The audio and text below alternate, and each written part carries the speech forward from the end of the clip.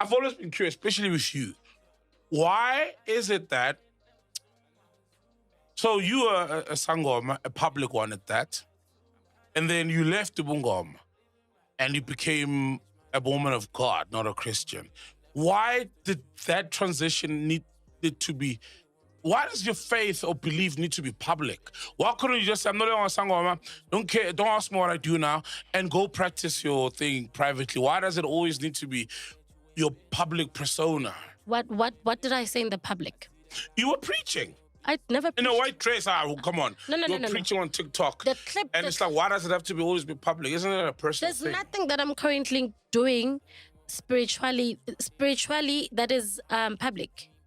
I remember your video of you when you just had transformed or That was not. transitioned. I was not even a church, guys. But that looked like a church. It was not a church. It was. Thank God, I'm here to clarify all that. I saw that, and I didn't want to defend myself. So your woman of God journey won't be in public? No, it's still not in public. So there are people that I still pray for, but I don't post about that. I can literally make a phone call now. I still deal with people who are in prison right now as we speak. I still deal with people who call me and say, this is the problem that I have, and I help them. But I'm telling them I'm not going to use bones. There are pastors that I still help, but I'm not public about it. You have pastors? Yes. There are people that I still help till this day with their calling and making them understand what is it that it means for them to have a calling. So you're helping them how now? Listen, when it comes to me and you guys, let me answer on the church thing before I off-ramp, right?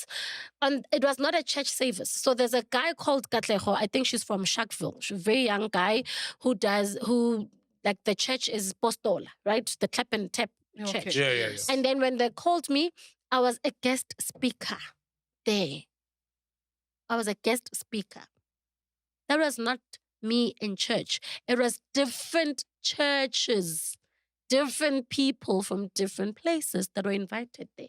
And when I stood there, the first thing that I said, I'm here to share my journey, and I'm not here to recruit anybody to believe in anything that I'm currently doing, but I'm here to share my journey.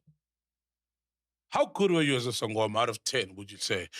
In everything that I've trended before in my entire life, you have never heard me trending that I didn't do anything in Dumbe. Someone says I came and she didn't consult me well or she didn't do right. That I give myself 10 out of 10. So you left at the top, or you're doing great? Yes. So there's nothing that my ancestors... Guys, listen, there's nothing that my ancestors did to me. I didn't leave because my son passed away. I didn't leave because my son was sick. It was a natural sickness. There's no sangoma in the world, not even an ancestor who was going to give my son a tube to eat. Which ancestor will come with an organ and give to or a kidney and give you a kidney if my son had a kidney problem? It was a esophagus problem. Which sangoma is going to give me a bone to fill it in? I didn't leave because something is wrong with my life. I left because I know the truth. Have your ancestors ever said anything after you've abandoned them? No, they haven't said anything. They can't say anything because my grandmother and my grandfather, they taught me prayer, and that's where I am. Why should they be angry for me going to the master himself?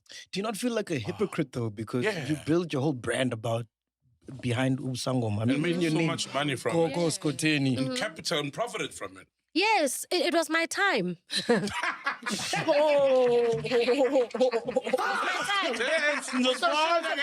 Should I shy away from it? Should I shy away from it? No. It was my time. Huh? If you stop being a DJ now and tell people that you really never liked it, what should we do? Should we kill you for that we paid you? It made you... That's not that simple. So I'm saying it was my time. And I used it well. Did I scam people? No. Did I help people? Yes. I've always wondered, what do you guys do with the money? The sangomas, what do you guys do with the money? Like, I invested in a lot of things. So you use it for personal stuff? Yes, I invested in property. I can't buy candles every day in Mpepo.